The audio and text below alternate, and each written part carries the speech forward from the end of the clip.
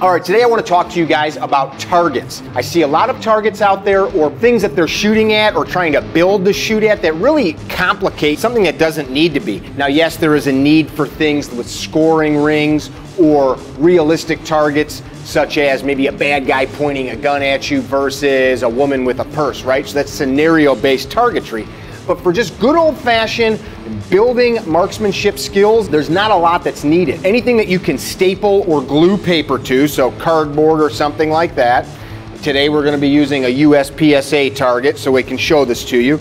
And some of my favorites, one of the reasons I like these is I travel, and I can walk into any hardware store, department store, grocery store, and find this stuff. My favorite, number one, printer paper. I buy reams of the cheapest printer paper because I was just going to get shot up. And if that's too big or you need a smaller target, you just tear it in half. Check this out. This just happens to be, yeah, the size of a man's vital. So these are two things that I have at all of our classes. Post-it notes of various sizes. The nice thing about a Post-it note, one, they're often bright colors. Two, they have adhesive, so you can stick them to whatever you're going to be shooting at. Super cheap. You can go on Amazon or walk into an office supply store and pick up, like these are 4-inch centers for a pistol target, but there's all kinds of labels, things like that, that are super cheap. And then of course pasters. If you're not going to use commercial pasters, I buy these in big rolls because we use the gun. Masking tape. Plain old masking tape is super cheap. And then something you can't be without is spray glue. Now, spray glue, if you're into spray glue for targets, some people go out and they buy any glue that sprays. That's a big no-no. As a tradesman, I learned a long time ago that you want 3M number 61. I wish 3M was paying me for this. You'll see in a minute when we spray this why I like to use 3M 61 versus all the other spray glues out there. Comes out in a heavy stream. It doesn't atomize, so it's not blowing and getting all over you, your glasses, your gun. Comes out in a heavy, thick stream. So let's see what these things look like, and I'm going to show you what we do in class with targets.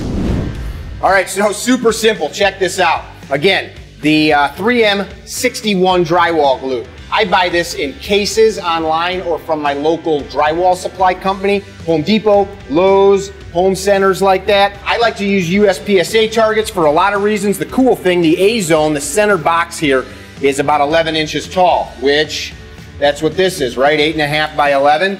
So you don't need to use a lot of spray glue. I see guys and they're out there like dousing it. Not necessary. 1, 2, 3, something like that. A little bit like that. Away you go. And you can take this, set it right in that glue, and you saw that stuff didn't spray everywhere. So that's our target center when we're doing a carry trainer program.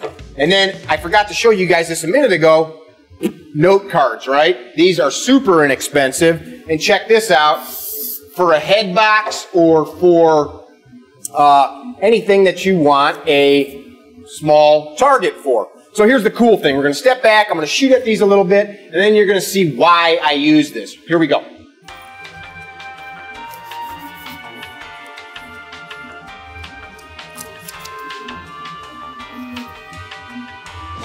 So it looks something like this. We've got our head box. Right? Now maybe we want to make a hip shot, right? To the pelvic girdle. Or now we've got that piece of paper as the main thoracic cavity. And oh, now it's time to change out targets. I'm gonna do a quick load, so I put my full gun back in the holster, and we'll head down range and really simply see how this works. So I've decided I'm done with this. New drill coming up. Oh, look how easy that is. So now I've got a fresh target. I'm gonna throw a fresh one up there. And the target's completely reset for the next drill. And again, the size of those targets can be whatever you want them to be. This is just something that we're using right now for some certain drills. That full piece of paper, that's a nice target. If you're back at 30, 40 yards, the note cards, these little guys here, when we've got new students, instead of them going back to 10 yards and trying to shoot a big silhouette, I'll just show you what it looks like. So we're up right here at 3-4 yards. A little target like that to work on accuracy for a new shooter. So we've got that little blue post-it.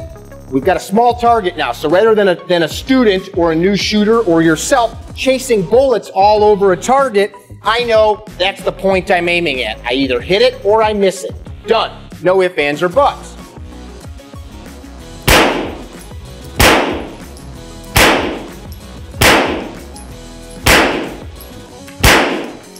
So I'm happy with that.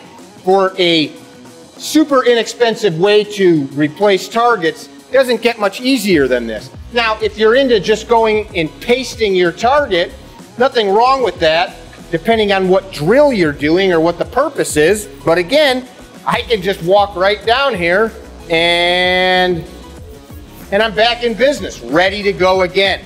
Super affordable, can find it anywhere, and it gets the job done. You don't need complicated targetry. It doesn't have to have some guy's patent number on it. You need to be able to identify what you're aiming at, replace it when you've used it up, and also I don't want something that's going to be super wasteful. So a big, huge target when all I'm aiming at is something small isn't necessary. The notebook paper, or the printer paper rather, remember, you can cut that into whatever size you want. And a lot of times I'll use those as target centers, especially with new shooters, because you've got a very good contrast from a dark sight to that white background. This is Mickey with CarryTrainer.com. Don't overcomplicate stuff. Keep it simple.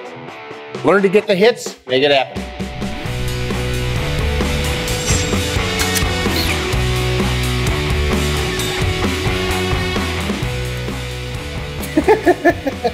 I order these on Amazon in like, I don't know, 1,000 round boxes of inexpensive, but also, I don't like that. I'm gonna start all over. You don't need to have anything that